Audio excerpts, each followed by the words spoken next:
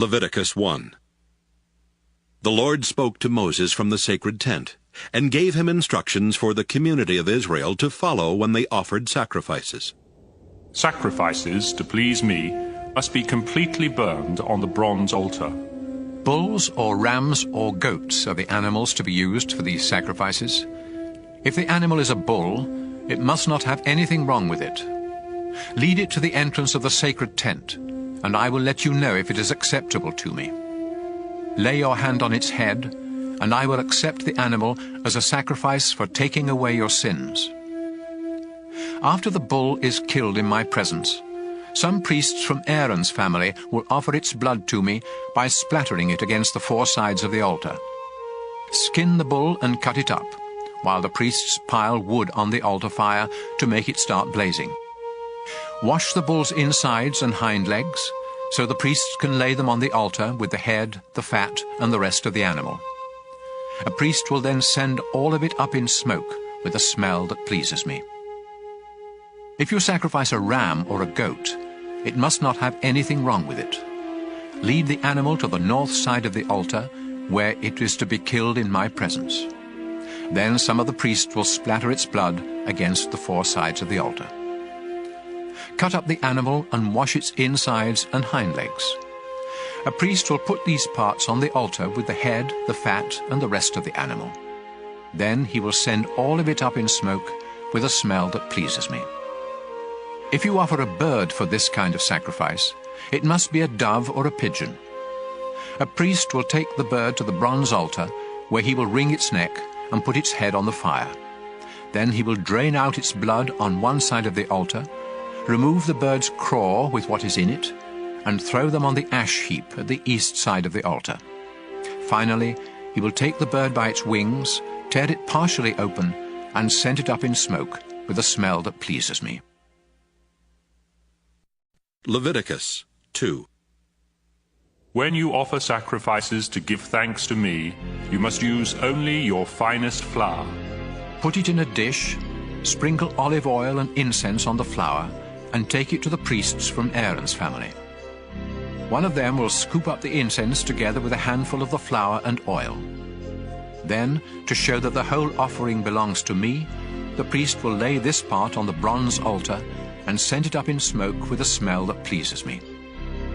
The rest of this sacrifice is for the priests. It is very holy, because it was offered to me. If you bake bread in an oven for this sacrifice, use only your finest flour, but without any yeast. You may make the flour into a loaf mixed with olive oil, or you may make it into thin wafers and brush them with oil. If you cook bread in a shallow pan for this sacrifice, use only your finest flour. Mix it with olive oil, but do not use any yeast. Then break the bread into small pieces and sprinkle them with oil. If you cook your bread in a pan with a lid on it, you must also use the finest flour mixed with oil. You may prepare sacrifices to give thanks in any of these three ways. Bring your sacrifice to a priest, and he will take it to the bronze altar. Then, to show that the whole offering belongs to me, the priest will lay part of it on the altar and send it up in smoke with a smell that pleases me. The rest of this sacrifice is for the priests. It is very holy, because it was offered to me. Yeast and honey must never be burned on the altar, so don't ever mix either of these in a grain sacrifice. You may offer either of them separately when you present the first part of your harvest to me, but they must never be burned on the altar. Salt is offered when you make an agreement with me, so sprinkle salt on these sacrifices. Freshly cut grain, either roasted or coarsely ground, must be used when you offer the first part of your grain harvest. You must mix in some olive oil and put incense on top, because this is a grain sacrifice. A priest will sprinkle all of the incense and some of the grain and oil on the altar, and send them up in smoke to show that the whole offering belongs to me. Leviticus 3. When you offer sacrifices to ask my blessing, you may offer either a bull or a cow, but there must be nothing wrong with the animal. Lead it to the entrance of the sacred tent. lay your hand on its head and have it killed there. A priest from Aaron's family will splatter its blood against the four sides of the altar. Offer all of the fat on the animal's insides, as well as the lower part of the liver and the 2 kidneys with their fat. Some of the priests will lay these pieces on the altar and send them up in smoke with a smell that pleases me, together with the sacrifice that is offered to please me. Instead of a bull or a cow, you may offer any sheep or goat that has nothing wrong with it. If you offer a sheep, you must present it to me at the entrance to the sacred tent. Lay your hand on its head and have it killed there. A priest will then splatter its blood against the 4 sides of the altar. Offer the fat on the tail, the tailbone, and the insides, as well as the lower part of the liver and the 2 kidneys with their fat. One of the priests will lay these pieces on the altar and send them up in smoke as a food offering for me. If you offer a goat, you must also present it to me at the entrance to the sacred tent. Lay your hand on its head and have it killed there. A priest will then splatter its blood against the 4 sides of the altar. Offer all of the fat on the animal's insides, as well as the lower part of the liver and the 2 kidneys with their fat. One of the priests will put these pieces on the altar and send them up in smoke as a food offering with a smell that pleases me. All fat belongs to me, so you and your descendants must never eat any fat or any blood, not even in the privacy of your own homes. This law will never change. Leviticus 4. The Lord told Moses to say to the community of Israel, Offer a sacrifice to ask forgiveness when you sin by accidentally doing something I have told you not to do. When the high priest sins, he makes everyone else guilty too. And so he must sacrifice a young bull that has nothing wrong with it. The priest will lead the bull to the entrance of the sacred tent, lay his hand on its head and kill it there. He will take a bowl of the blood inside the tent, dip a finger in the blood, and sprinkle some of it 7 times towards the sacred chest behind the curtain. Then, in my presence, he will smear some of the blood on each of the 4 corners of the incense altar, before pouring out the rest at the foot of the bronze altar near the entrance to the tent. The priest will remove the fat from the bull, just as he does when he sacrifices a bull to ask my blessing. This includes the fat on the insides, as well as the lower part of the liver and the 2 kidneys with their fat. He will then send it all up in smoke. The skin and flesh of the bull, together with its legs, insides, and the food still in its stomach, are to be taken outside the camp and burned on a wood fire near the ash heap. When the nation of Israel disobeys me without meaning to, the whole nation is still guilty. Once you realize what has happened, you must sacrifice a young bull to ask my forgiveness. Lead the bull to the entrance of the sacred tent, where your tribal leaders will lay their hands on its head before having it killed in my presence. The priest will take a bowl of the animal's blood inside the sacred tent, dip a finger in the blood, and sprinkle some of it 7 times towards the sacred chest behind the curtain. Then, in my presence, he must smear some of the blood on each of the 4 corners of the incense altar, before pouring out the rest at the foot of the bronze altar near the entrance to the tent. After this, the priest will remove the fat from the bull and send it up in smoke on the altar. Finally, he will burn its remains outside the camp, just as he did with the other bull. By this sacrifice, the sin of the whole nation will be forgiven. Any tribal leader who disobeys me without meaning to is still guilty. As soon as the leader realizes what has happened, he must sacrifice a goat that has nothing wrong with it. This is a sacrifice for sin. So he will lay his hand on the animal's head before having it killed in my presence at the north side of the bronze altar. The priest will dip a finger in the blood, smear some of it on each of the 4 corners of the altar, and pour out the rest at the foot of the altar. Then he must send all of the fat up in smoke, just as he does when a sacrifice is offered to ask my blessing. By this sacrifice, the leader's sin will be forgiven. When any of you ordinary people disobey me without meaning to, you are still guilty. as soon as you realize what you have done, you must sacrifice a female goat that has nothing wrong with it. Lead the goat to the north side of the bronze altar, and lay your hand on its head before having it killed. Then a priest will dip a finger in the blood. He will smear some of it on each of the four corners of the altar, and pour out the rest at the foot of the altar. After this, the priest will remove all of the fat, just as he does when an animal is sacrificed to ask my blessing. The priest will then send the fat up in smoke, with a smell that pleases me. This animal is sacrificed so that I will forgive you ordinary people when you sin. If you offer a lamb instead of a goat as a sacrifice for sin, it must be a female that has nothing wrong with it. Lead the lamb to the altar and lay your hand on its head before having it killed. The priest will dip a finger in the blood, smear some of it on each of the four corners of the altar, and pour out the rest at the foot of the altar. After this, all of the fat must be removed, just as when an animal is sacrificed to ask my blessing. Then the priest will send it up in smoke to me, together with a food offering, and your sin will be forgiven. Leviticus 5. If you refuse to testify in court about something you saw or know has happened, you have sinned and can be punished. You are guilty and unfit to worship me if you accidentally touch the dead body of any kind of unclean animal. You are guilty if you find out that you have accidentally touched any waste that comes from a human body. You are guilty the moment you realize that you have made a hasty promise to do something good or bad. As soon as you discover that you have committed any of these sins, you must confess what you have done. Then you must bring a female sheep or goat to me as the price for your sin. A priest will sacrifice the animal, and you will be forgiven. If you are poor and cannot afford to bring an animal, you may bring 2 doves or 2 pigeons. One of these will be a sacrifice to ask my forgiveness, and the other will be a sacrifice to please me.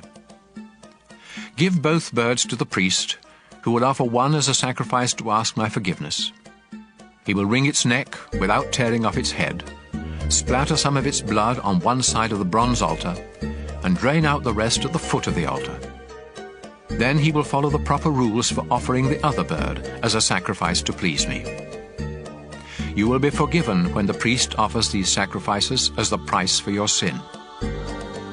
If you are so poor that you cannot afford doves or pigeons, you may bring 2 pounds of your finest flour.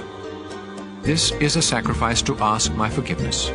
So don't sprinkle olive oil or sweet-smelling incense on it. Give the flour to a priest who will scoop up a handful and send it up in smoke together with the other offerings. This is a reminder that all of the flour belongs to me. By offering this sacrifice, the priest pays the price for any of these sins you may have committed. The priest gets the rest of the flour just as he does with grain sacrifices. The Lord told Moses what the people must do to make things right when they find out they have cheated the Lord without meaning to. If this happens, you must either sacrifice a ram that has nothing wrong with it, or else pay the price of a ram with the official money used by the priests. In addition, you must pay what you owe, plus a fine of 20%. Then the priest will offer the ram as a sacrifice to make things right, and you will be forgiven. If you break any of my commands without meaning to, you are still guilty and you can be punished. When you realize what you have done, you must either bring to the priest a ram that has nothing wrong with it, or else pay him for one. The priest will then offer it as a sacrifice to make things right, and you will be forgiven. Leviticus 6. The Lord told Moses what the people must do when they commit other sins against the Lord. You have sinned if you rob or cheat someone, if you keep back money or valuables left in your care, or if you find something and claim not to have it. When this happens, you must return what doesn't belong to you and pay the owner a fine of 20%. In addition, you must either bring to the priest a ram that has nothing wrong with it, or else pay him for one. The priest will then offer it as a sacrifice to make things right, and you will be forgiven for what you did wrong. The Lord told Moses to tell Aaron and his sons how to offer the daily sacrifices that are sent up in smoke to please the Lord. You must put the animal for the sacrifice on the altar in the evening, and let it stay there all night. But make sure the fire keeps burning. The next morning you will dress in your priestly clothes, including your linen underwear. Then clean away the ashes left by the sacrifices and pile them beside the altar. Change into your everyday clothes. Take the ashes outside the camp and pile them in a special place. The fire must never go out, so put wood on it each morning. After this, you are to lay an animal on the altar next to the fat that you sacrifice to ask my blessing. Then send it all up in smoke to me. The altar fire must always be kept burning. It must never go out. When someone offers a sacrifice to give thanks to me, the priests from Aaron's family must bring it to the front of the bronze altar, where one of them will scoop up a handful of the flour and oil together with all the incense on it. Then, to show that the whole offering belongs to me, he will lay all of this on the altar and send it up in smoke with a smell that pleases me. The rest of it is to be baked without yeast and eaten by the priests in the sacred courtyard of the sacred tent. This bread is very holy, just like the sacrifices for sin or for making things right. And I have given this part to the priests from what is offered to me on the altar. Only the men in Aaron's family are allowed to eat this bread, and they must go through a ceremony to be made holy before touching it. This law will never change. The Lord spoke to Moses and told him what sacrifices the priests must offer on the morning and evening of the day they are ordained. It is the same as the regular morning and evening sacrifices, a pound of flour mixed with olive oil and cooked in a shallow pan. The bread must then be crumbled into small pieces and sent up in smoke with a smell that pleases me. Each of Aaron's descendants who is ordained as a priest must perform this ceremony and make sure that the bread is completely burned on the altar. None of it may be eaten. The Lord told Moses how the priests from Aaron's family were to offer the sacrifice for sin.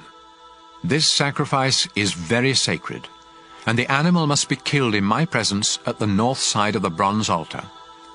The priest who offers this sacrifice must eat it in the sacred courtyard of the sacred tent, and anyone or anything that touches the meat will be holy. If any of the animal's blood is splattered on the clothes of the priest, they must be washed in a holy place. If the meat was cooked in a clay pot, the pot must be destroyed. But if it was cooked in a bronze pot, the pot must be scrubbed and rinsed with water. This sacrifice is very holy, and only the priests may have any part of it. None of the meat may be eaten from the sacrifices for sin that require blood to be brought into the sacred tent. These sacrifices must be completely burned. Leviticus 7. The sacrifice to make things right is very sacred. The animal must be killed in the same place where the sacrifice to please me is killed, and the animal's blood must be splattered against the four sides of the bronze altar. Offer all of the animal's fat, including the fat on its tail and on its insides, as well as the lower part of the liver and the 2 kidneys with their fat. One of the priests will lay these pieces on the altar and send them up in smoke to me. This sacrifice for making things right is very holy. Only the priests may eat it, and they must eat it in a holy place. The ceremony for this sacrifice and the one for sin are just alike, and the meat may be eaten only by the priest who performs this ceremony of forgiveness. In fact, the priest who offers a sacrifice to please me may keep the skin of the animal, just as he may eat the bread from a sacrifice to give thanks to me. All other grain sacrifices, with or without olive oil in them, are to be divided equally among the priests of Aaron's family. Here are the instructions for offering a sacrifice to ask my blessing. If you offer it to give thanks, you must offer some bread together with it. Use the finest flour to make 3 kinds of bread without yeast, 2 in the form of loaves mixed with olive oil, and 1 in the form of thin wafers brushed with oil. You must also make some bread with yeast. Give me 1 loaf or wafer from each of these 4 kinds of bread, after which they will belong to the priest who splattered the blood against the bronze altar. When you offer an animal to ask a blessing from me or to thank me, the meat belongs to you, but it must be eaten the same day. It is different with the sacrifices you offer me when you make me a promise or voluntarily give me something. The meat from those sacrifices may be kept and eaten the next day, but any that is left must be destroyed. If you eat any after the 2nd day, your sacrifice will be useless and unacceptable, and you will be both disgusting and guilty. Don't eat any of the meat that touches something unclean. Instead, burn it. The rest of the meat may be eaten by anyone who is clean and acceptable to me. But don't eat any of this meat if you have become unclean by touching something unclean from a human or an animal or from any other creature. If you do, you will no longer belong to the community of Israel. The Lord told Moses to say to the people, Don't eat the fat of cattle, sheep, or goats. If one of your animals dies or is killed by some wild animal, you may do anything with its fat except eat it. If you eat the fat of an animal that can be used as a sacrifice to me, you will no longer belong to the community of Israel. And no matter where you live, you must not eat the blood of any bird or animal, or you will no longer belong to the community of Israel. The Lord also told Moses to say to the people of Israel, If you want to offer a sacrifice to ask my blessing, you must bring the part to be burned and lay it on the bronze altar. But you must first lift up the choice ribs with their fat to show that the offering is dedicated to me. A priest from Aaron's family will then send the fat up in smoke, but the ribs belong to the priests. The upper joint of the right hind leg is for the priest who offers the blood and the fat of the animal.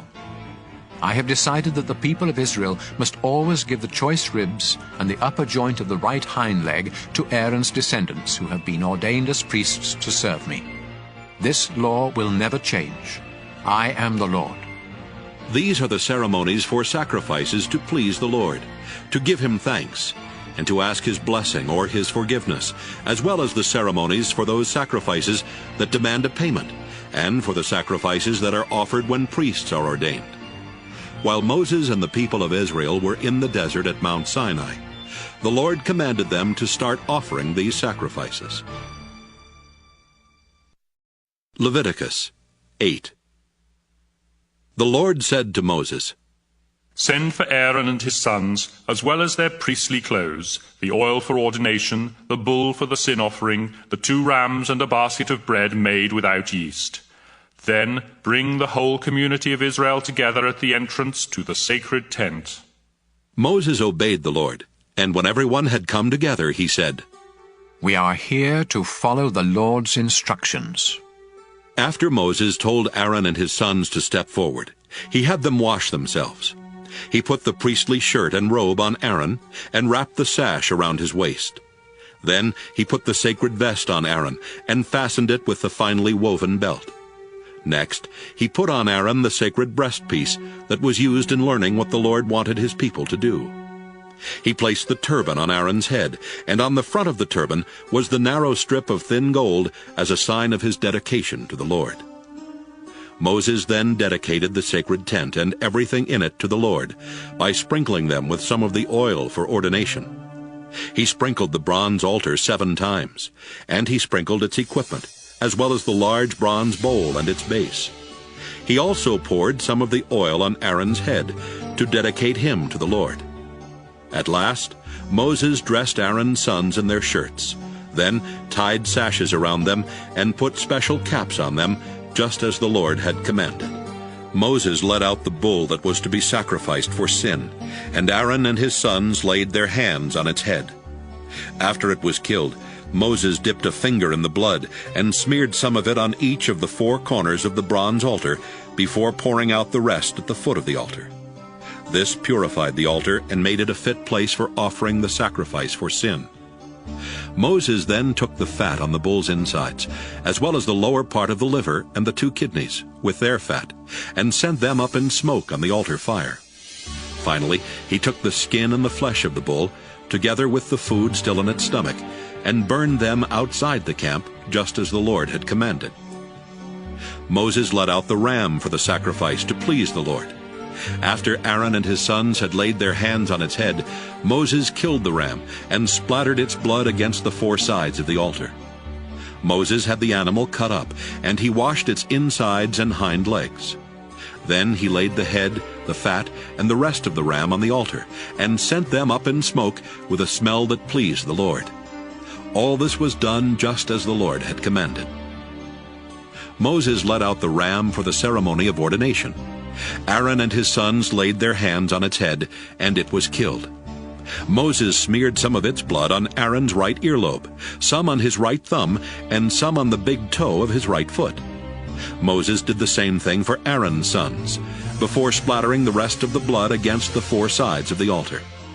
He took the animal's fat tail, the fat on its insides, and the lower part of the liver and the two kidneys with their fat, and the right hind leg. Then he took from a basket some of each of the 3 kinds of bread that had been made without yeast, and had been dedicated to the Lord. Moses placed the bread on top of the meat, and gave it all to Aaron and his sons, who lifted it up to show that it was dedicated to the Lord. After this, Moses placed it on the fires of the altar, and sent it up in smoke with a smell that pleased the Lord. This was part of the ordination ceremony. Moses lifted up the choice ribs of the ram, to show that they were dedicated to the Lord. This was the part that the Lord had said Moses could have. Finally, Moses sprinkled the priestly clothes of Aaron and his sons with some of the oil for ordination, and with some of the blood from the altar. So Aaron and his sons, together with their priestly clothes, were dedicated to the Lord. Moses said to Aaron and his sons, "The Lord told me that you must boil this meat at the entrance to the sacred tent, and eat it there with the bread. Burn what is left over, and stay near the entrance to the sacred tent until the ordination ceremony ends 7 days from now. We have obeyed the Lord in everything that has been done today, so that your sins may be forgiven. The Lord has told me that you must stay near the entrance to the tent for 7 days and nights, or else you will die." Aaron and his sons obeyed everything that the Lord had told Moses they must do. Leviticus 9. 8 days later, Moses called together Aaron, his sons, and Israel's leaders. Then he said to Aaron, "Find a young bull and a ram that have nothing wrong with them. Offer the bull to the Lord as a sacrifice for sin, and the ram as a sacrifice to please him. Tell the people of Israel that they must offer sacrifices as well. They must offer a goat as a sacrifice for sin, and a bull and a ram as a sacrifice to please the Lord. The bull and the ram must be a year old and have nothing wrong with them. Then the people must offer a bull and a ram as a sacrifice to ask the Lord's blessing, and also a grain sacrifice mixed with oil. Do this because the Lord will appear to you today." After the animals and the grain had been brought to the front of the sacred tent, and the people were standing there in the presence of the Lord, Moses said, "The Lord has ordered you to do this, so that he may appear to you in all of his glory. Aaron, step up to the altar and offer the sacrifice to please the Lord. Then offer the sacrifices for the forgiveness of your sins and for the sins of the people, just as the Lord has commanded." Aaron stepped up to the altar and killed the bull that was to be the sacrifice for his sins. His sons brought him the blood. He dipped a finger in it, smeared some on the 4 corners of the bronze altar, and poured out the rest at its foot. But he sent up in smoke the fat, the kidneys, and the lower part of the liver, just as the Lord had commanded Moses. Then Aaron burned the skin and the flesh outside the camp. After Aaron had killed the ram that was sacrificed to please the Lord, Aaron's sons brought him the blood, and he splattered it against all 4 sides of the altar. They brought him each piece of the animal, including the head, and he burned them all on the altar. He washed the insides and the hind legs, and also sent them up in smoke. Next, Aaron sacrificed the goat for the sins of the people, as he had done with the sacrifice for his own sins. And so he burned this sacrifice on the altar in the proper way. He also presented the grain sacrifice and burned a handful of the flour on the altar as part of the morning sacrifice. At last, he killed the bull and the ram as a sacrifice to ask the Lord's blessing on the people. Aaron's sons brought him the blood, and he splattered it against the four sides of the altar. His sons placed all the fat, as well as the kidneys and the lower part of the liver, on top of the choice ribs. Then Aaron burned the fat on the altar and lifted up the ribs and the right hind leg to show that these were dedicated to the Lord. This was done just as the Lord had instructed Moses. Aaron held out his hand and gave the people his blessing, before coming down from the bronze altar where he had offered the sacrifices. He and Moses went into the sacred tent, and when they came out, they gave the people their blessing. Then the Lord appeared to the people in all his glory. The Lord sent fiery flames that burned up everything on the altar, and when everyone saw this, they shouted and fell to their knees to worship the Lord. Leviticus 10. Nadab and Abihu were two of Aaron's sons, but they disobeyed the Lord by burning incense to him on a fire pan when they were not supposed to. Suddenly the Lord sent fiery flames and burned them to death. Then Moses told Aaron that this was exactly what the Lord had meant when he said, I demand respect from my priests, and I will be praised by everyone. Aaron was speechless. Moses sent for Mishael and Elzaphan, the two sons of Aaron's uncle Uzziel. Then he told them, Take these two dead relatives of yours outside the camp, far from the entrance to the sacred tent. So they dragged the dead men away by their clothes. Then Moses told Aaron and his other two sons, Eleazar and Ithamar, Don't show your sorrow by messing up your hair and tearing your priestly clothes, or the Lord will get angry. He will kill the three of you and punish everyone else. It's all right for your relatives, the people of Israel, to mourn for those he destroyed by fire, but you are the Lord's chosen priests, and you must not leave the sacred tent, or you will die. Aaron and his two sons obeyed Moses. The Lord said to Aaron, When you or your sons enter the sacred tent, you must never drink beer or wine. If you do, you will die right there. This law will never change. You must learn the difference between what is holy and what isn't holy, and between the clean and the unclean. You must also teach the people of Israel everything that I commanded Moses to say to them. Moses told Aaron and his two sons, Eleazar and Ithamar, The grain sacrifice that was offered to give thanks to the Lord is very holy. So make bread without yeast from the part that wasn't sent up in smoke, and eat it beside the altar. The Lord has said that this belongs to you and your sons, and that it must be eaten in a holy place. But the choice ribs and the hind leg that were lifted up may be eaten by your entire family, as long as you do so in an acceptable place. These parts are yours from the sacrifices that the people offer to ask the Lord's blessing. This is what the Lord has commanded, and it will never change. When Moses asked around and learned that the ram for the sin sacrifice had already been burned on the altar, he became angry with Eleazar and Ithamar and said, Why didn't you eat the meat from this sacrifice in an acceptable place? It is very holy, and the Lord has given you this sacrifice to remove Israel's sin and guilt. Whenever an animal's blood isn't brought into the sacred tent, I commanded you to eat its meat in an acceptable place, but you burned it instead. Their father Aaron replied, Today 2 of my sons offered the sacrifice for sin and the sacrifice to please the Lord, and look what has happened to me. Would the Lord have approved if I had eaten the sacrifice for sin? Moses was satisfied with Aaron's reply. Leviticus 11. The Lord told Moses and Aaron to say to the community of Israel, You may eat any animal that has divided hoofs, and choose the cud. But you must not eat animals such as camels, rock badgers, and rabbits that chew the cud but don't have divided hooves. And you must not eat pigs. They have divided hooves, but don't chew the cud. All of these animals are unclean, and you are forbidden even to touch their dead bodies. You may eat anything that lives in water and has fins and scales, but it would be disgusting for you to eat anything else that lives in water, and you must not even touch their dead bodies. Eagles, vultures, buzzards, crows, ostriches, hawks, seagulls, owls, pelicans, storks, herons, hoopoes, and bats are also disgusting, and you are forbidden to eat any of them.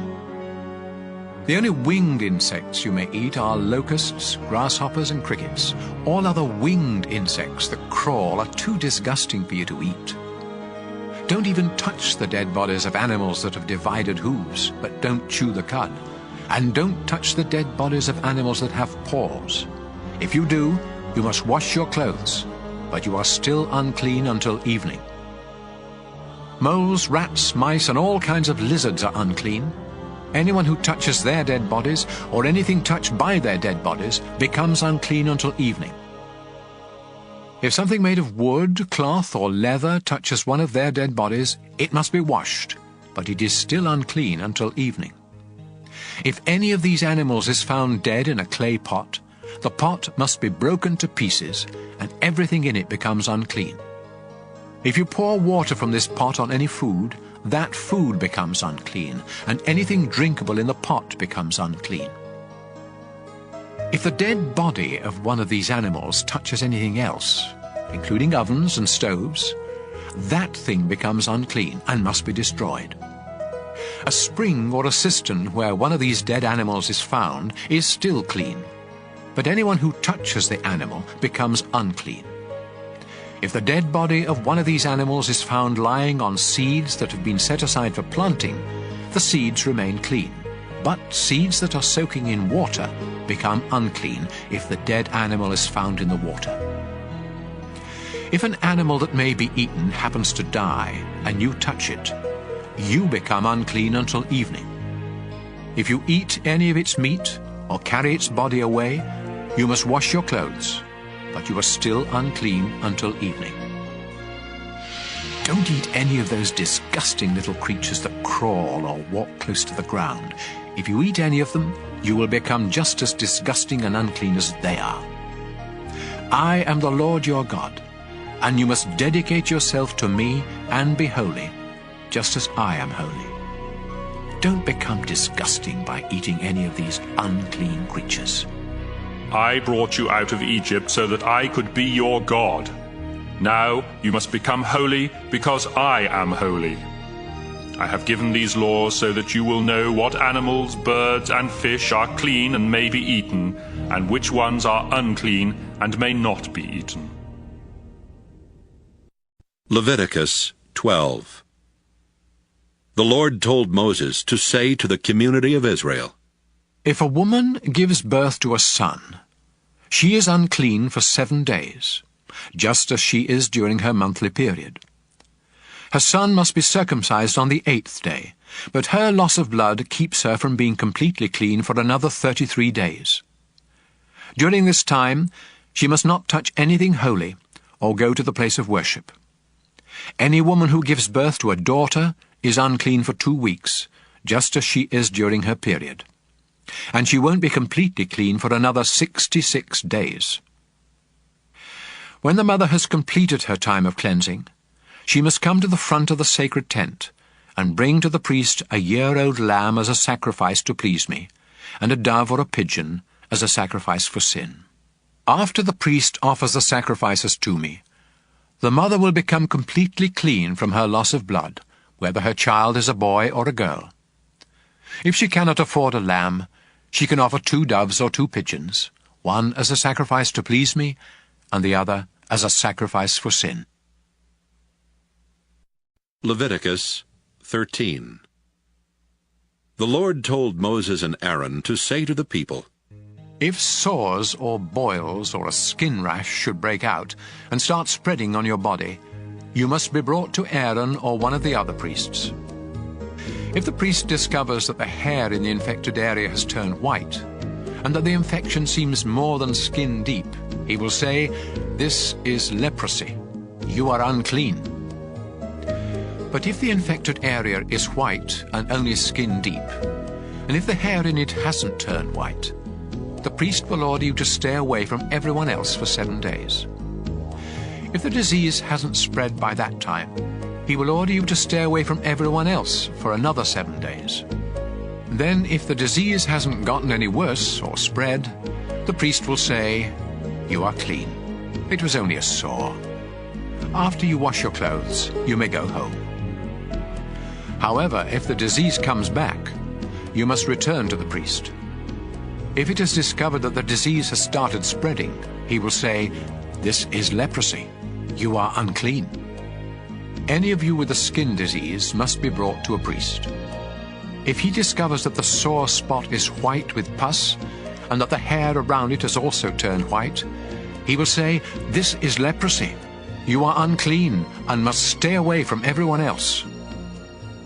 But if the disease has run its course, and only the scar remains, he will say, "You are clean." If the sores come back and turn white with pus, he will say, "This is leprosy. You are unclean." However, if the sores heal and only white spots remain, the priest will say, "You are now clean." If you have a sore that either swells or turns reddish white after it has healed, then you must show it to a priest. If he discovers that the hair in the infected area has turned white, and that the infection seems more than skin deep, he will say, "This is leprosy. You are unclean." But if the white area is only on the surface of the skin and hasn't gotten any worse, and if the hair in it hasn't turned white, he will have you stay away from everyone else for 7 days. If the sore begins spreading during this time, the priest will say, "You are unclean because you have a disease." But if it doesn't spread and only a scar remains, he will say, "You are now clean." If you have a burn that gets infected and turns red or reddish white, a priest must examine it. Then, if he discovers that the hair in the infected area has turned white, and that the infection seems more than skin deep, he will say, "The burn has turned into leprosy, and you are unclean." But if the priest finds that the hair in the infected area hasn't turned white, and that the sore is only skin deep, and it is healing, he will have you stay away from everyone else for 7 days. On the 7th day, the priest will examine you again, and if the infection is spreading, he will say, "This is leprosy. You are unclean." However, if the infection hasn't spread and has begun to heal, and if only a scar remains, he will say, "Only a scar remains from the burn, and you are clean." If you have a sore on your head or chin, it must be examined by a priest. If the infection seems more than skin deep, and the hair in it has thinned out and lost its color, he will say, "This is leprosy. You are unclean." On the other hand, if he discovers that the itchy spot is only skin deep, but that the hair still isn't healthy, he will order you to stay away from everyone else for 7 days. By that time, if the itch hasn't spread, if the hairs seem healthy, and if the itch is only skin deep, you must shave off the hairs around the infection, but not those on it. Then the priest will tell you to stay away from everyone else for another 7 days. By that time, if the itch hasn't spread and seems no more than skin deep, he will say, "You are clean. Now you must wash your clothes." Later, if the itch starts spreading, even though the hair is still healthy, the priest will say, "You are unclean." But if he thinks you are completely well, he will say, "You are clean." If white spots break out on your skin, but the priest discovers that it is only a rash, he will say, "You are clean." If you become bald on any part of your head, you are still clean. But if a priest discovers that a reddish white sore has broken out on the bald spot and looks like leprosy, he will say, "This is leprosy. You are unclean." If you ever have leprosy, you must tear your clothes, leave your hair uncombed, cover the lower part of your face, and go around shouting, "I'm unclean! I'm unclean!" As long as you have the disease, you are unclean and must live alone outside the camp. If a greenish or reddish spot appears anywhere on any of your clothing, or on anything made of leather, you must let the priest examine the clothing or the leather. He will put it aside for 7 days. And if the mildew has spread in that time, he will say, "This is unclean because the mildew has spread." Then he will burn the clothing or the piece of leather. If the priest discovers that the mildew hasn't spread, he will tell you to wash the clothing or leather and put it aside for another 7 days, after which he will examine it again. If the spot hasn't spread, but is still greenish or reddish, the clothing or leather is unclean and must be burned. But if the spot has faded after being washed, he will tear away the spot. Later, if the spot reappears elsewhere on the clothing or the leather, you must burn it. Even if the spot completely disappears after being washed, it must be washed again before it is clean. These are the rules for deciding if clothing is clean or unclean after a spot appears on it. Leviticus 14. The Lord told Moses to say to the people, After you think you are healed of leprosy, you must ask for a priest to come outside the camp and examine you. And if you are well, he will have someone bring out 2 live birds that are acceptable for sacrifice, together with a stick of cedar wood, a piece of red yarn, and a branch from a hyssop plant. The priest will have someone kill one of the birds over a clay pot of spring water. Then he will dip the other bird, the cedar, the red yarn, and the hyssop in the blood of the dead bird. Next, he will sprinkle you 7 times with the blood and say, "You are now clean." Finally, he will release the bird and let it fly away. After this, you must wash your clothes, shave your entire body, and take a bath before you are completely clean. You may move back into camp, but you must not enter your tent for 7 days. Then you must once again shave your head, face, and eyebrows, as well as the hair on the rest of your body. Finally, wash your clothes and take a bath, and you will be completely clean. On the 8th day, you must bring to the priest 2 rams and a year-old female lamb that have nothing wrong with them. Also bring a ½ pint of olive oil and 6 pounds of your finest flour mixed with oil. Then the priest will present you and your offerings to me at the entrance to my sacred tent. There he will offer one of the rams, together with a pint of oil, as a sacrifice to make things right. He will also lift them up to show that they are dedicated to me. This sacrifice is very holy. It belongs to the priest, and must be killed in the same place where animals are killed as sacrifices for sins and as sacrifices to please me. The priest will smear some of the blood from this sacrifice on your right earlobe, some on your right thumb, and some on the big toe of your right foot.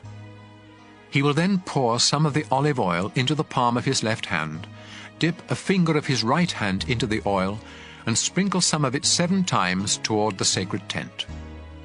Next, he will smear some of the oil on your right earlobe, some on your right thumb, and some on the big toe of your right foot, and pour the rest of the oil from his palm on your head. Then he will offer the other 2 animals, one as a sacrifice for sin, and the other as a sacrifice to please me, together with a grain sacrifice. After this, you will be completely clean. If you are poor and cannot afford to offer this much, you may offer a ram as a sacrifice to make things right, together with a ½ pint of olive oil and 2 pounds of flour mixed with oil as a grain sacrifice. The priest will then lift these up to dedicate them to me. Depending on what you can afford, you must also offer either 2 doves or 2 pigeons, one as a sacrifice for sin and the other as a sacrifice to please me. The priest will offer these to me in front of the sacred tent on the 8th day. The priest will kill this ram for the sacrifice to make things right, and he will lift it up with the olive oil in dedication to me. Then he will smear some of the blood on your right earlobe, some on your right thumb, and some on the big toe of your right foot. The priest will pour some of the olive oil into the palm of his left hand, then dip a finger of his right hand in the oil, and sprinkle some of it 7 times toward the sacred tent. He will smear some of the oil on your right earlobe, some on your right thumb, and some on the big toe of your right foot, just as he did with the blood of the sacrifice to make things right. And he will pour the rest of the oil from his palm on your head. Then, depending on what you can afford, he will offer either the doves or the pigeons together with the grain sacrifice. One of the birds is the sacrifice for sin, and the other is the sacrifice to please me. After this, you will be completely clean. These are the things you must do if you have leprosy and cannot afford the usual sacrifices to make you clean. The Lord told Moses and Aaron to say to the people, After I have given you the land of Canaan as your permanent possession, here is what you must do if I ever put mildew on the walls of any of your homes. First, you must say to a priest, I think mildew is on the wall of my house. The priest will reply, Empty the house before I inspect it, or everything in it will be unclean. If the priest discovers greenish or reddish spots that go deeper than the surface of the walls, he will have the house closed for 7 days. Then he will return and check to see if the mildew has spread. If so, he will have someone scrape the plaster from the walls, remove the filthy stones, then haul everything off and dump it in an unclean place outside the town. Afterwards, the wall must be repaired with new stones and fresh plaster. If the mildew appears a second time, the priest will come and say, This house is unclean. It's covered with mildew that can't be removed. Then he will have the house torn down and every bit of wood, stone and plaster hauled off to an unclean place outside the town.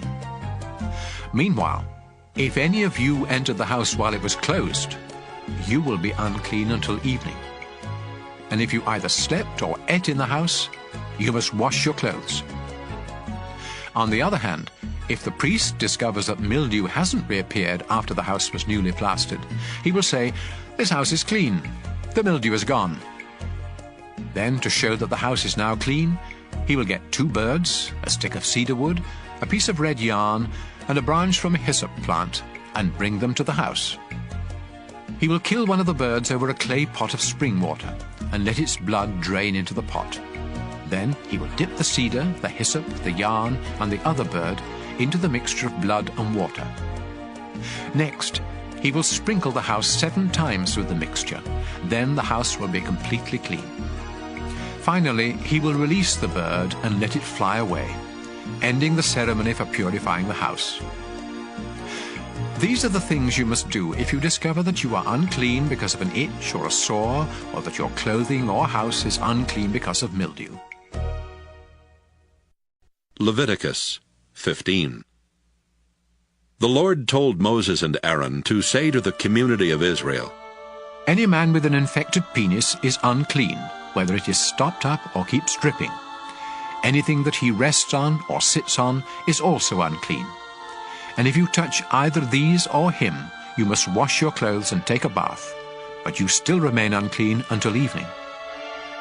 If you are spit on by the man, you must wash your clothes and take a bath, but you still remain unclean until evening. Any saddle or seat on which the man sits is unclean. And if you touch or carry either of these, you must wash your clothes and take a bath, but you will still remain unclean until evening. If the man touches you without first washing his hands, you must wash your clothes and take a bath, but you still remain unclean until evening. Any clay pot that he touches must be destroyed, and any wooden bowl that he touches must be washed. 7 days after the man gets well, he will be considered clean if he washes his clothes and takes a bath in spring water. On the 8th day he must bring either 2 doves or 2 pigeons to the front of my sacred tent and give them to a priest. The priest will offer one of the birds as a sacrifice for sin, and the other as a sacrifice to please me. Then I will consider the man completely clean. Any man who has a flow of semen must take a bath, but he still remains unclean until evening.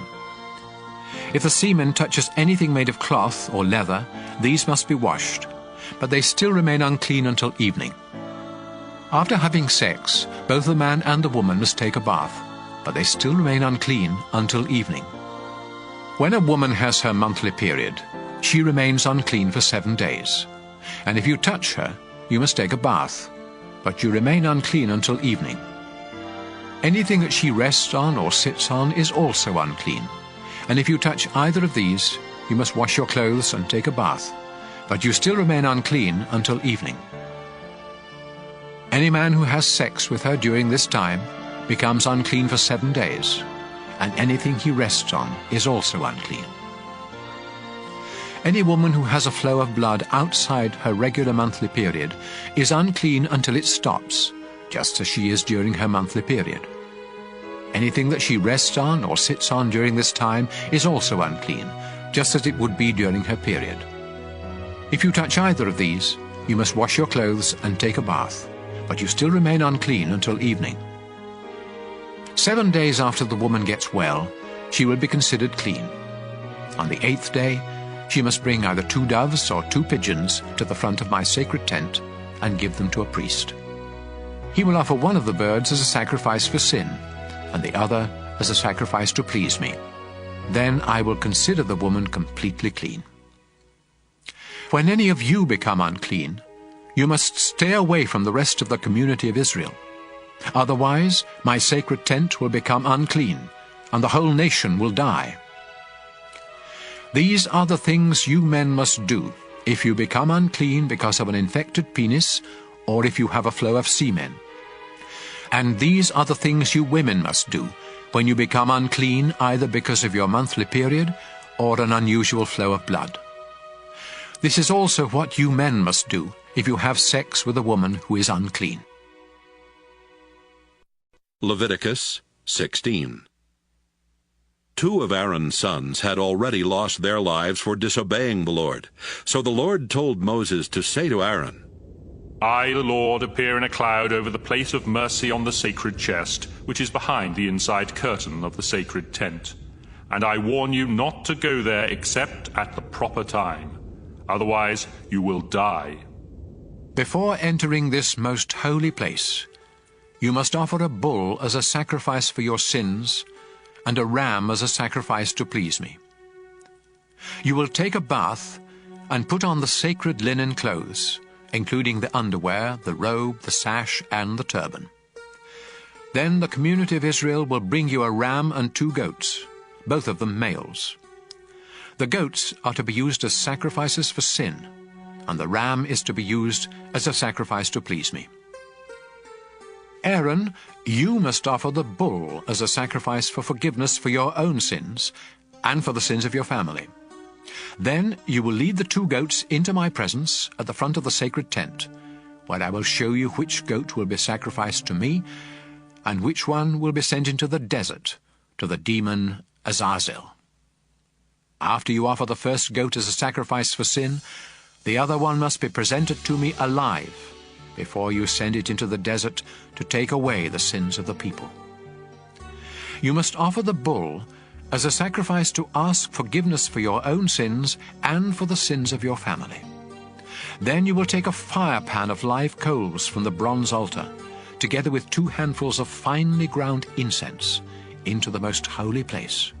There you will present them to me by placing the incense on the coals, so that the place of mercy will be covered with a cloud of smoke. Do this, or you will die right there. Next, use a finger to sprinkle some of the blood on the place of mercy, which is on the lid of the sacred chest. Then sprinkle blood 7 times in front of the chest. Aaron, you must next sacrifice the goat for the sins of the people, and you must sprinkle its blood inside the most holy place, just as you did with the blood of the bull. By doing this, you will take away the sins that make both the most holy place and the people of Israel unclean. Do the same for the sacred tent, which is here among the people. Only you are allowed in the sacred tent from the time you enter until the time you come out. After leaving the tent, you will purify the bronze altar by smearing each of its 4 corners with some of the blood from the bull and from the goat. Use a finger to sprinkle the altar 7 times with the blood, and it will be completely clean from the sins of the people. After you have purified the most holy place, the sacred tent, and the bronze altar, you must bring the live goat to the front of the tent. There you will lay your hands on its head while confessing every sin the people have committed. And you will appoint someone to lead the goat into the desert, so that it can take away their sins. Finally, this goat that carries the heavy burden of Israel's sins must be released deep in the desert. Aaron, after this, you must go inside the sacred tent, take a bath, put on your regular priestly clothes, and leave there the clothes you put on before entering the most holy place. Then you will come out and offer sacrifices to please me, and sacrifices for your sins and for the sins of the people. The fat from these sacrifices for sin must be sent up in smoke on the bronze altar. The one who led the goat into the desert and sent it off to the demon Azazel must take a bath and wash his clothes before coming back into camp. The remains of the bull and the goat whose blood was taken into the most holy place must be taken outside the camp and burned. And whoever does this must take a bath and change clothes before coming back into camp. On the 10th day of the 7th month of each year, you must go without eating to show sorrow for your sins, and no one, including foreigners who live among you, is allowed to work. This is the day on which the sacrifice for the forgiveness of your sins will be made in my presence, and from now on it must be celebrated each year. Go without eating, and make this a day of complete rest, just like the Sabbath. The high priest must offer the sacrifices for cleansing from sin while wearing the sacred linen clothes.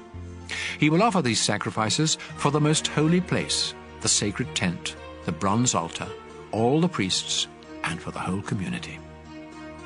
You must celebrate this day each year. It is the great day of forgiveness for all the sins of the people of Israel. Moses did exactly as the Lord had commanded. Leviticus 17. The Lord told Moses to tell Aaron, his sons, and everyone else in Israel, "Whenever you kill any of your cattle, sheep, or goats as sacrifices to me, you must do it at the entrance to the sacred tent. If you don't, you will be guilty of pouring out blood, and you will no longer belong to the community of Israel. And so, when you sacrifice an animal to ask my blessing, it must not be done out in a field, but in front of the sacred tent. Then a priest can splatter its blood against the bronze altar and send its fat up in smoke with a smell that pleases me. Don't ever turn from me again and offer sacrifices to goat demons. This law will never change.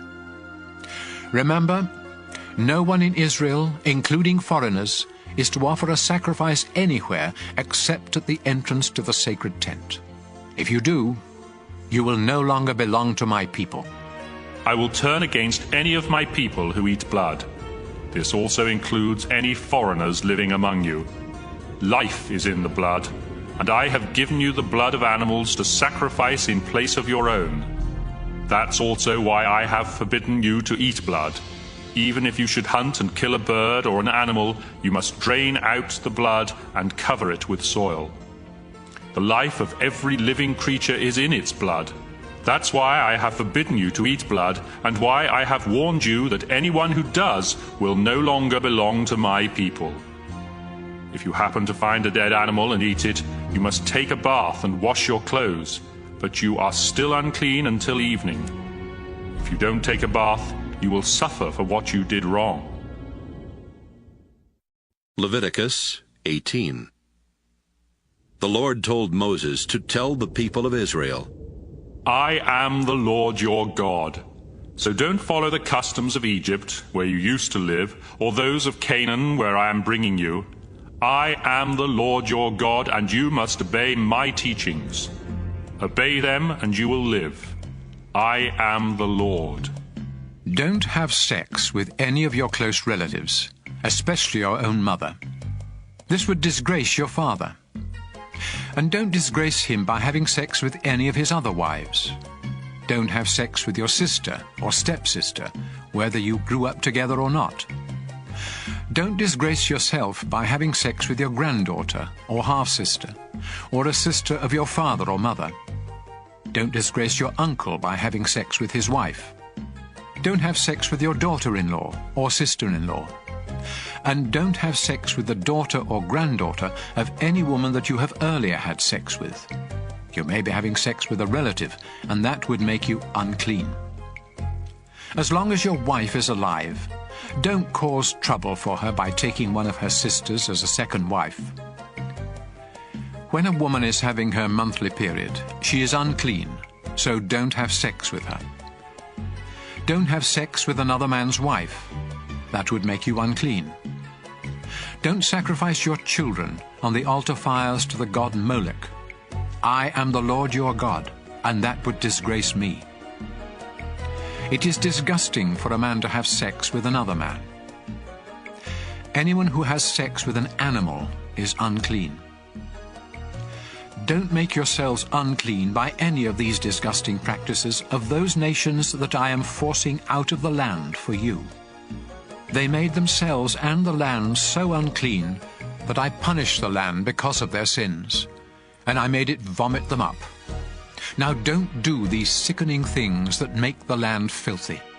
Instead, obey my laws and teachings. Then the land won't become sick of you and vomit you up, just as it did them. If any of you do these vulgar, disgusting things, you will be unclean and no longer belong to my people. I am the Lord your God, and I forbid you to follow their sickening way of life. Leviticus 19. The Lord told Moses to say to the community of Israel, I am the Lord your God. I am holy, and you must be holy too. Respect your father and your mother. Honor the Sabbath, and don't make idols or images. I am the Lord your God. When you offer a sacrifice to ask my blessing, be sure to follow my instructions. You may eat the meat either on the day of the sacrifice or on the next day, but you must burn anything left until the third day. If you eat any of it on the third day, the sacrifice will be disgusting to me, and I will reject it. In fact, you will be punished for not respecting what I say is holy, and you will no longer belong to the community of Israel. When you harvest your grain, always leave some of it standing along the edges of your fields, and don't pick up what falls on the ground. Don't strip your grapevines clean or gather the grapes that fall off the vines. Leave them for the poor and for those foreigners who live among you. I am the Lord your God. Do not steal or tell lies or cheat others. Do not misuse my name by making promises you don't intend to keep. I am the Lord your God.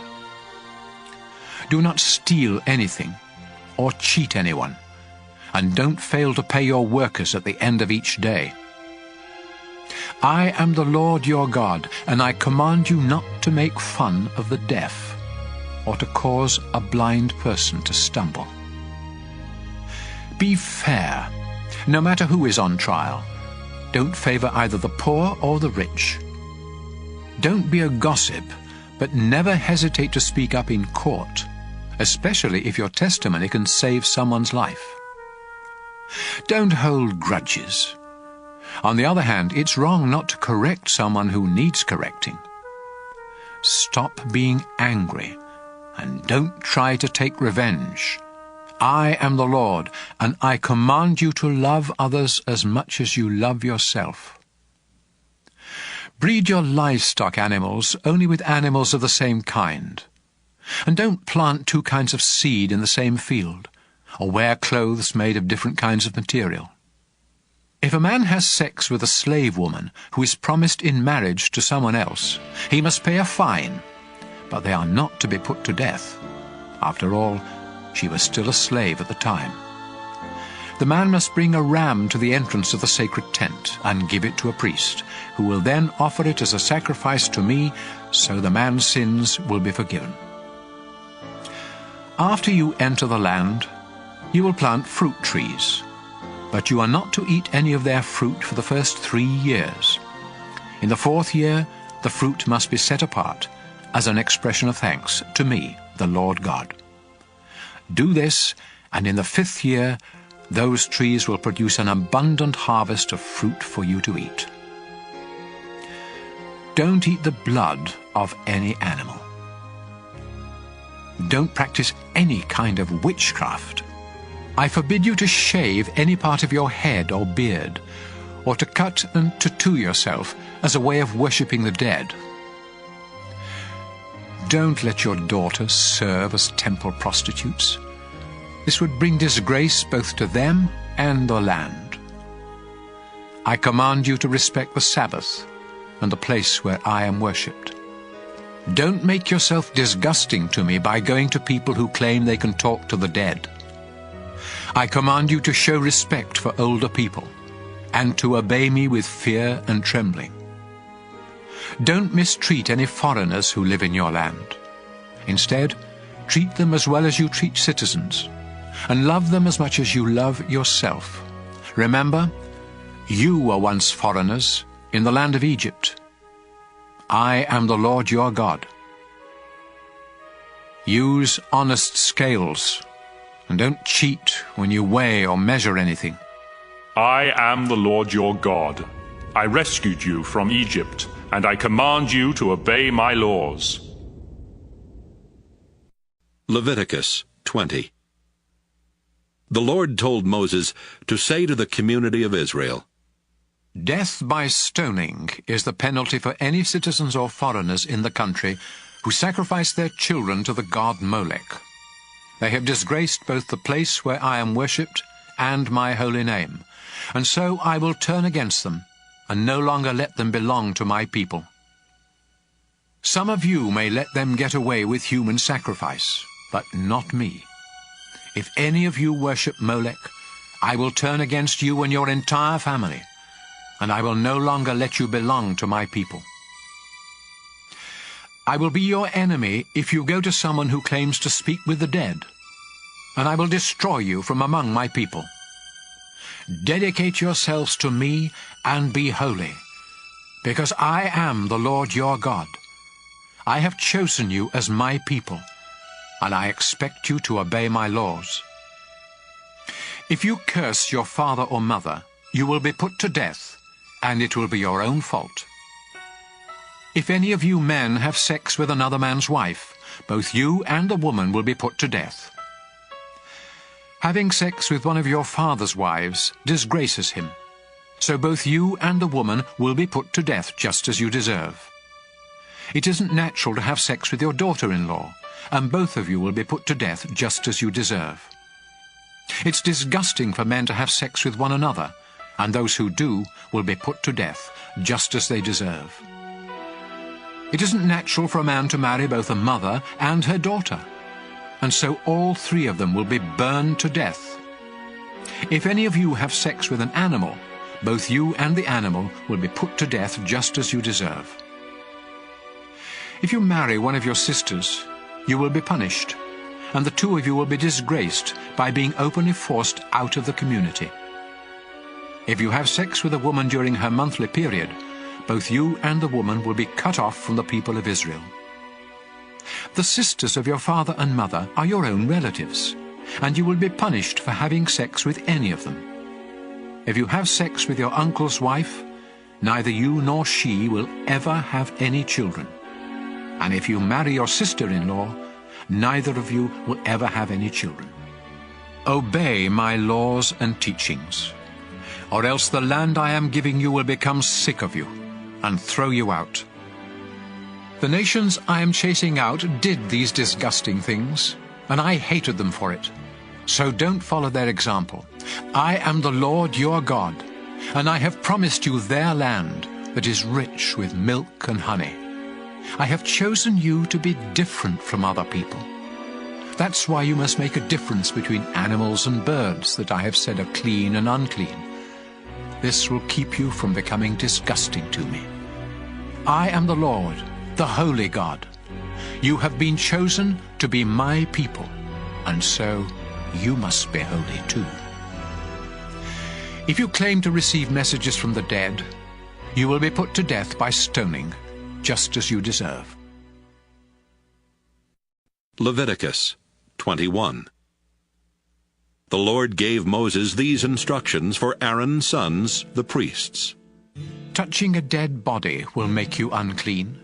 So don't go near a dead relative, except your mother, father, son, daughter, brother, or an unmarried sister who has no husband to take care of her.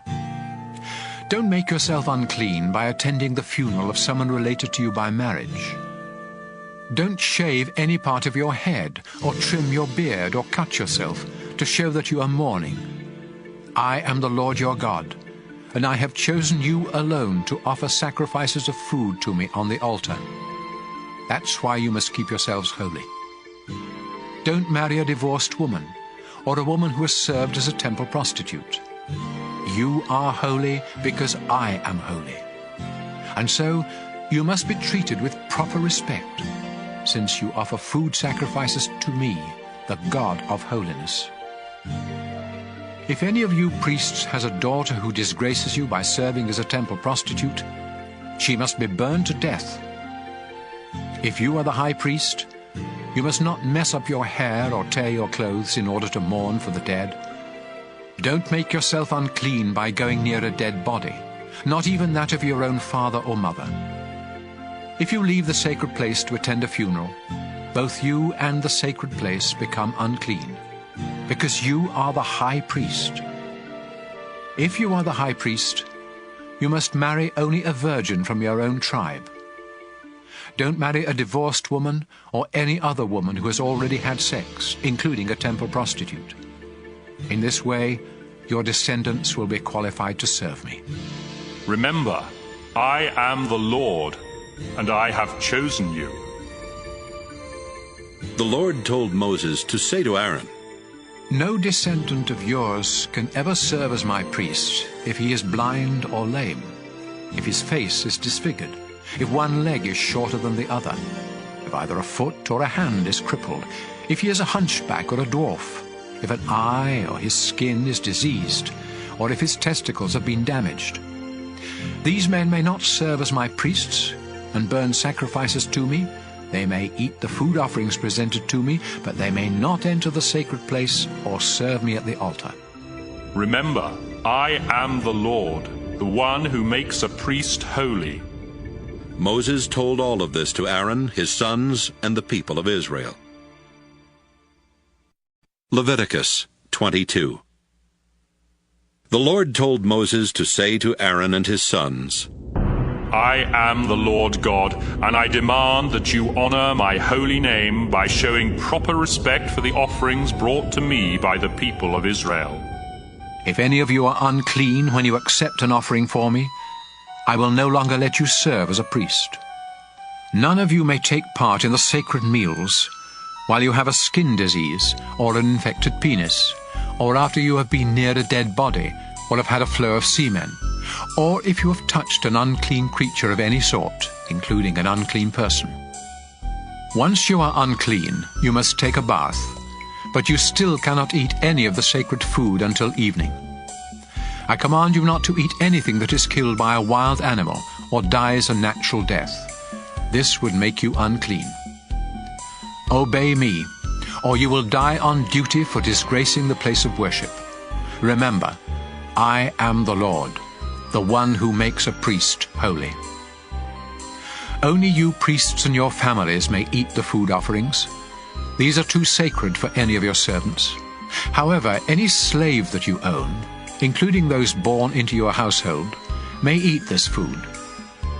If your daughter marries someone who isn't a priest, she can no longer have any of this food. But if she returns to your home, either widowed or divorced, and has no children, she may join in the meal. Only members of a priestly family can eat this food, and anyone else who accidentally does so must pay for the food plus a fine of 20%.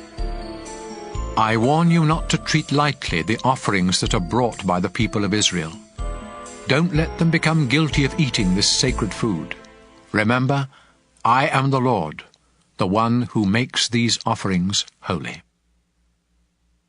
The Lord told Moses to tell Aaron and his sons and everyone else the rules for offering sacrifices. He said, The animals that are to be completely burned on the altar must have nothing wrong with them. or else I won't accept them. Bulls or rams or goats are the animals to be used for these sacrifices. When you offer a sacrifice to ask my blessing, there must be nothing wrong with the animal. This is true whether the sacrifice is part of a promise or something you do voluntarily. Don't offer an animal that is blind or injured, or that has an infection or a skin disease. If one of your cattle or lambs has a leg that is longer or shorter than the others, you may offer it voluntarily, but not as part of a promise. As long as you live in this land, don't offer an animal with injured testicles. And don't bring me animals you bought from a foreigner. I won't accept them, because they are no better than one that has something wrong with it. The Lord told Moses to say, Newborn cattle, sheep or goats must remain with their mothers for 7 days. But on the 8th day you may send them up in smoke to me, and I will accept the offering. Don't sacrifice a newborn animal and its mother on the same day. When you offer a sacrifice to give thanks to me, you must do it in a way that is acceptable. Eat all of the meat that same day, and don't save any for the next day. I am the Lord your God. Obey my laws and teachings. I am the Lord. I demand respect from the people of Israel, so don't disgrace my holy name.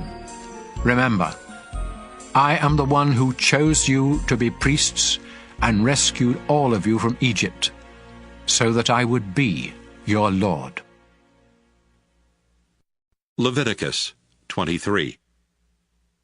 The Lord told Moses to say to the community of Israel, I have chosen certain times for you to come together and worship me. You have 6 days when you can do your work, but the 7th day of each week is holy because it belongs to me. No matter where you live, you must rest on the Sabbath and come together for worship. This law will never change. Passover is another time when you must come together to worship me. And it must be celebrated on the evening of the 14th day of the 1st month of each year. The festival of thin bread begins on the 15th day of that same month.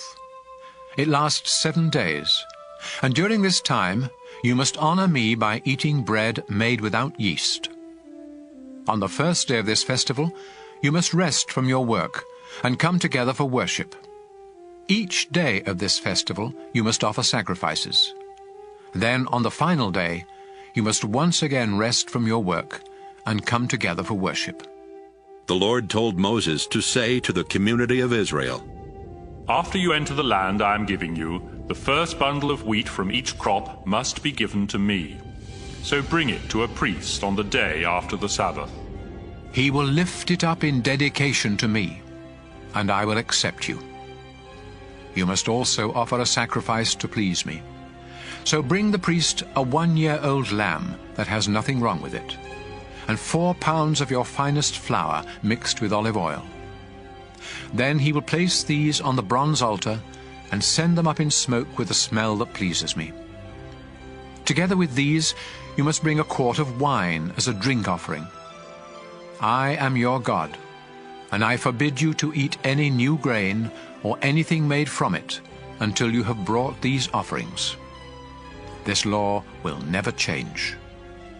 7 weeks after you offer this bundle of grain, each family must bring another offering of new grain.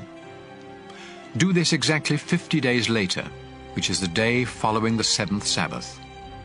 Bring 2 loaves of bread to be lifted up in dedication to me. Each loaf is to be made with yeast and with 4 pounds of the finest flour from the first part of your harvest.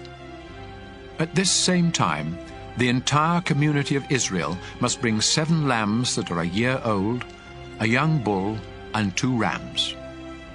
These animals must have nothing wrong with them, and they must be offered as a sacrifice to please me. You must also offer the proper grain and wine sacrifices with each animal.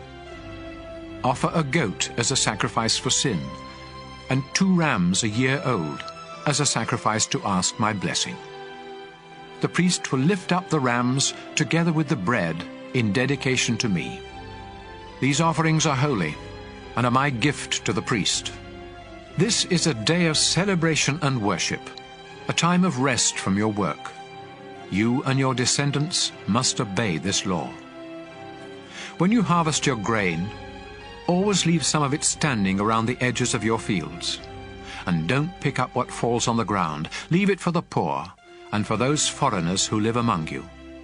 I am the Lord your God. The Lord told Moses to say to the people of Israel, The first day of the 7th month must be a day of complete rest. Then at the sound of the trumpets, you will come together to worship and to offer sacrifices on the altar. The Lord God said to Moses, The 10th day of the 7th month is the great day of forgiveness. It is a solemn day of worship. Everyone must go without eating to show sorrow for their sins, and sacrifices must be burned. No one is to work on that day. It is the great day of forgiveness, when sacrifices will be offered to me, so that I will forgive your sins. I will destroy anyone who refuses to go without eating. None of my people are ever to do any work on that day, not now or in the future. And I will wipe out those who do. This is a time of complete rest, just like the Sabbath. And everyone must go without eating from the evening of the 9th to the evening of the 10th. The Lord told Moses to say to the community of Israel, Beginning on the 15th day of the 7th month, and continuing for 7 days, everyone must celebrate the festival of shelters in honor of me. No one is to do any work on the first day of the festival. It is a time when everyone must come together for worship. For 7 days, sacrifices must be offered on the altar. The 8th day is also to be a day of complete rest, as well as a time of offering sacrifices on the altar and of coming together for worship. I have chosen these festivals as times when my people must come together for worship, and when animals, grain, and wine are to be offered on the proper days. These festivals must be celebrated in addition to the Sabbaths, and the times when you offer special gifts or sacrifices to keep a promise or as a voluntary offering. Remember to begin the Festival of Shelters on the 15th day of the 7th month, after you have harvested your crops. Celebrate this festival for 7 days in honor of me, and don't do any work on the first day or on the day following the festival. Pick the best fruit from your trees, and cut leafy branches to use during the time of this joyous celebration in my honor. I command you and all your descendants to celebrate this festival during the 7th month of each year.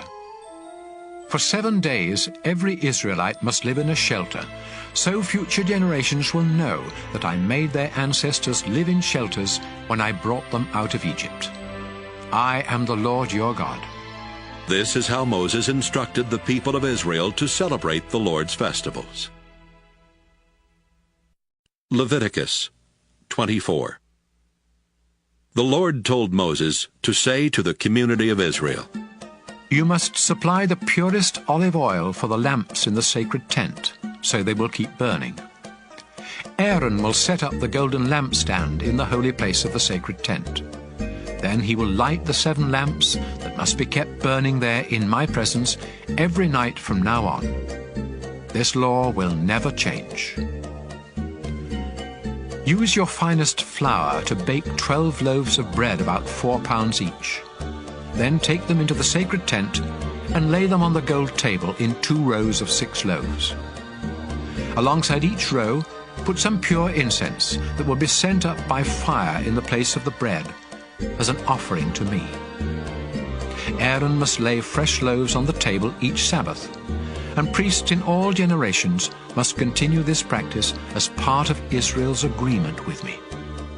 This bread will always belong to Aaron and his family. It is very holy, because it was offered to me, and it must be eaten in a holy place.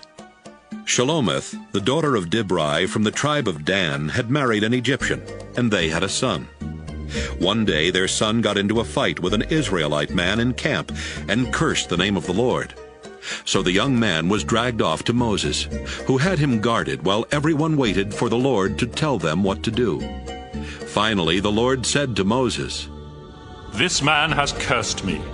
Take him outside the camp and have the witnesses lay their hands on his head. Then command the whole community of Israel to stone him to death. And warn the others that everyone else who curses me will die in the same way, whether they are Israelites by birth or foreigners living among you." Death is also the penalty for murder. But the killing of an animal that belongs to someone else requires only that the animal be replaced. Personal injuries to others must be dealt with in keeping with the crime. A broken bone for a broken bone, an eye for an eye, or a tooth for a tooth. It's possible to pay the owner for an animal that has been killed, but death is the penalty for murder. I am the Lord your God, and I demand equal justice both for you Israelites and for those foreigners who live among you. When Moses finished speaking, the people did what the Lord had told Moses, and they stoned to death the man who had cursed the Lord. Leviticus 25. When Moses was on Mount Sinai, the Lord told him to say to the community of Israel, After you enter the land that I am giving you, it must be allowed to rest 1 year out of every 7. You may raise grain and grapes for 6 years, but the 7th year you must let your fields and vineyards rest in honor of me, your Lord. This is to be a time of complete rest for your fields and vineyards, so don't harvest anything they produce. However, you and your slaves and your hired workers, as well as any domestic or wild animals, may eat whatever grows on its own. Once every 49 years, on the 10th day of the 7th month, which is also the great day of forgiveness, trumpets are to be blown everywhere in the land. This 50th year is sacred. It is a time of freedom and of celebration, when everyone will receive back their original property, and slaves will return home to their families. This is a year of complete celebration, so don't plant any seed or harvest what your fields or vineyards produce. In this time of sacred celebration, you may eat only what grows on its own. During this year, all property must go back to its original owner. So when you buy or sell farmland, the price is to be determined by the number of crops it can produce before the next year of celebration. Don't try to cheat. If it is a long time before the next year of celebration, the price will be higher, because what is really being sold are the crops that the land can produce. I am the Lord your God, so obey me and don't cheat anyone. If you obey my laws and teachings, you will live safely in the land and enjoy its abundant crops. Don't ever worry about what you will eat during the 7th year, when you are forbidden to plant or harvest. I will see to it that you harvest enough in the 6th year to last for 3 years. In the 8th year, you will live on what you harvested in the 6th year. But in the 9th year, you will eat what you plant and harvest in the 8th year. No land may be permanently bought or sold. It all belongs to me. It isn't your land, and you only live there for a little while. When property is being sold, the original owner must be given the first chance to buy it. If any of you Israelites become so poor that you are forced to sell your property, your closest relative must buy it back, if that relative has the money. Later, if you can afford to buy it, you must pay enough to make up for what the present owner will lose on it before the next year of celebration, when the property would become yours again. But if you don't have the money to pay the present owner a fair price, you will have to wait until the year of celebration, when the property will once again become yours. If you sell a house in a walled city, you have only 1 year in which to buy it back. If you don't buy it back before that year is up, it becomes the permanent property of the one who bought it, and it will not be returned to you in the year of celebration. But a house out in a village may be bought back at any time, just like a field, and it must be returned to its original owner in the year of celebration. If any Levites own houses inside a walled city, they will always have the right to buy them back. And any houses that they do not buy back will be returned to them in the year of celebration, because these homes are their permanent property among the people of Israel. No pasture land owned by the Levi tribe can ever be sold. It is their permanent possession. If any of your people become poor and unable to support themselves, you must help them, just as you are supposed to help foreigners who live among you. Don't take advantage of them by charging any kind of interest or selling them food for profit. Instead, honor me by letting them stay where they now live. Remember, I am the Lord your God. I rescued you from Egypt and gave you the land of Canaan so that I would be your God. Suppose some of your people become so poor that they have to sell themselves and become your slaves. Then you must treat them as servants rather than as slaves, and in the year of celebration they are to be set free, so they and their children may return home to their families and property. I brought them out of Egypt to be my servants, not to be sold as slaves. So obey me, and don't be cruel to the poor.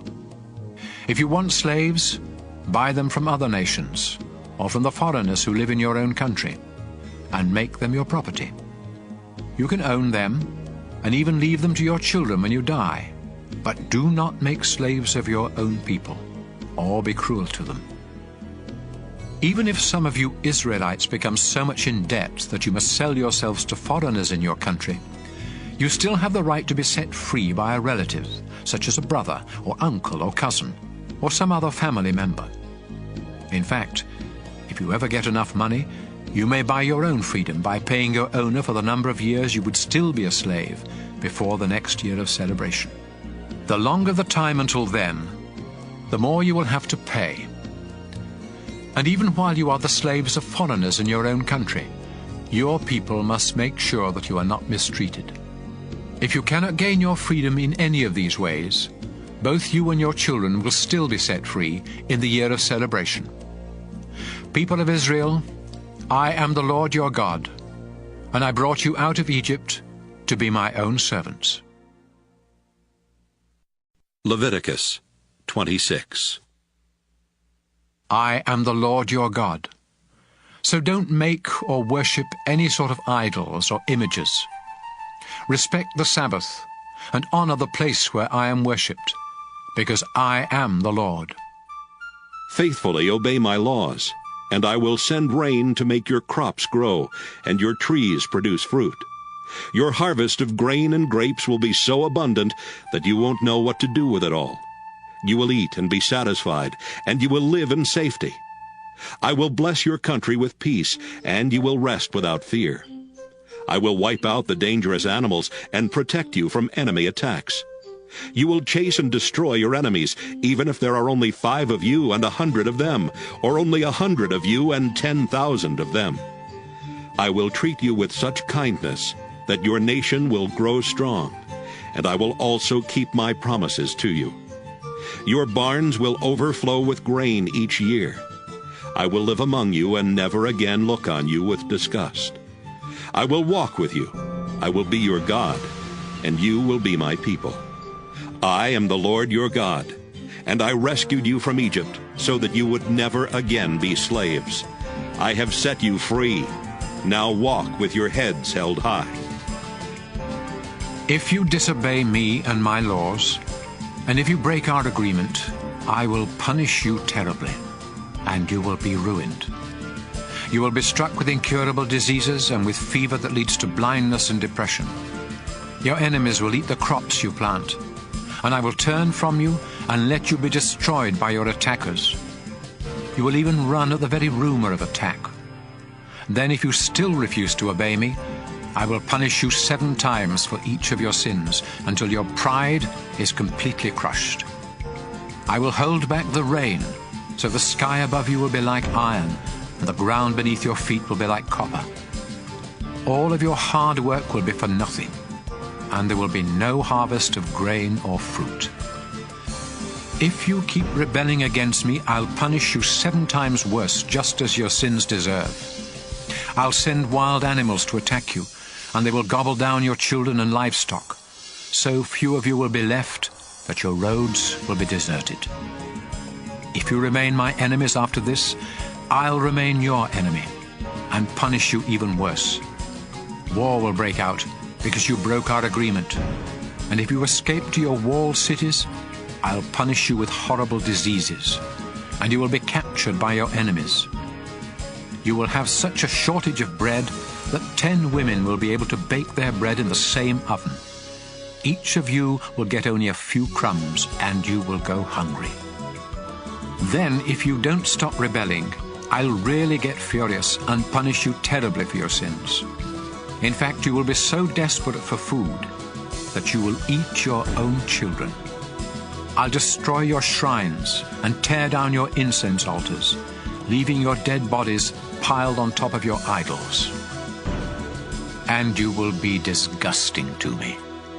I'll wipe out your towns and your places of worship, and will no longer be pleased with the smell of your sacrifices. Your land will become so desolate that even your enemies who settle there will be shocked when they see it. After I destroy your towns and ruin your land with war, I'll scatter you among the nations. While you are prisoners in foreign lands, your own land will enjoy years of rest and refreshment, as it should have done each 7th year when you lived there. In the land of your enemies, you will tremble at the rustle of a leaf, as though it were a sword. And you will become so weak that you will stumble and fall over each other, even when no one is chasing you. Many of you will die in foreign lands, and others of you will waste away in sorrow as a result of your sins and the sins of your ancestors. Then, suppose you realize that I turned against you and brought you to the land of your enemies because both you and your ancestors had stubbornly sinned against me. If you humbly confess what you have done and start living right, I'll keep the promise I made to your ancestors, Abraham, Isaac, and Jacob. I will bless your land and let it rest during the time that you are in a foreign country, paying for your rebellion against me and my laws. No matter what you have done, I am still the Lord your God, and I will never completely reject you or become absolutely disgusted with you there in the land of your enemies. While nations watched, I rescued your ancestors from Egypt so that I would be their God. Yes, I am your Lord, and I will never forget our agreement. Moses was on Mount Sinai when the Lord gave him these laws and teachings for the people of Israel. Leviticus 27. The Lord told Moses to say to the community of Israel, If you ever want to free someone who has been promised to me, you may do so by paying the following amounts, weighed according to the official standards: 50 pieces of silver for men ages 20 to 60, and 30 pieces for women. 20 pieces of silver for young men ages 5 to 20, and 10 pieces for young women. 15 pieces of silver for men ages 60 and above, and 10 pieces for women. 5 pieces of silver for boys ages 1 month to 5 years, and 3 pieces for girls. If you have promised to give someone to me and can't afford to pay the full amount for that person's release, you will be taken to a priest, and he will decide how much you can afford. If you promise to sacrifice an animal to me, it becomes holy, and there is no way you can set it free. If you try to substitute any other animal, no matter how good, for the one you promised, they will both become holy and must be sacrificed. Donkeys are unfit for sacrifice, so if you promise me a donkey, you must bring it to the priest and let him determine its value. But if you want to buy it back, you must pay an additional 20%. If you promise a house to me, a priest will set the price, whatever the condition of the house. But if you decide to buy it back, you must pay an additional 20%. If you promise part of your family's land to me, its value must be determined by the bushels of seed needed to plant the land, and the rate will be 10 pieces of silver for every bushel of seed. If this promise is made in the year of celebration, the land will be valued at the full price. But any time after that, the price will be figured according to the number of years before the next year of celebration. If you decide to buy back the land, you must pay the price plus an additional 20%, but you cannot buy it back once someone else has bought it. When the year of celebration comes, the land becomes holy, because it belongs to me, and it will be given to the priests. If you promise me a field that you have bought, its value will be decided by a priest, according to the number of years before the next year of celebration, and the money you pay will be mine. However, on the next year of celebration, the land will go back to the family of its original owner. Every price will be set by the official standards. All firstborn animals of your flocks and herds are already mine, and so you cannot promise any of them to me. If you promise me a donkey, you may buy it back by adding an additional 20% to its value. If you don't buy it back, it can be sold to someone else for whatever a priest has said it is worth. Anything that you completely dedicate to me must be completely destroyed. It cannot be bought back or sold. Every person, animal, and piece of property that you dedicate completely is only for me. In fact, any humans who have been promised to me in this way must be put to death. 10% of everything you harvest is holy and belongs to me, whether it grows in your fields or on your fruit trees. If you want to buy back this part of your harvest, you may do so by paying what it is worth plus an additional 20%. When you count your flocks and herds, 1 out of 10 of every newborn animal is holy and belongs to me, no matter how good or bad it is. If you substitute one animal for another, both of them become holy, and neither can be bought back. Moses was on Mount Sinai when the Lord gave him these laws for the people of Israel.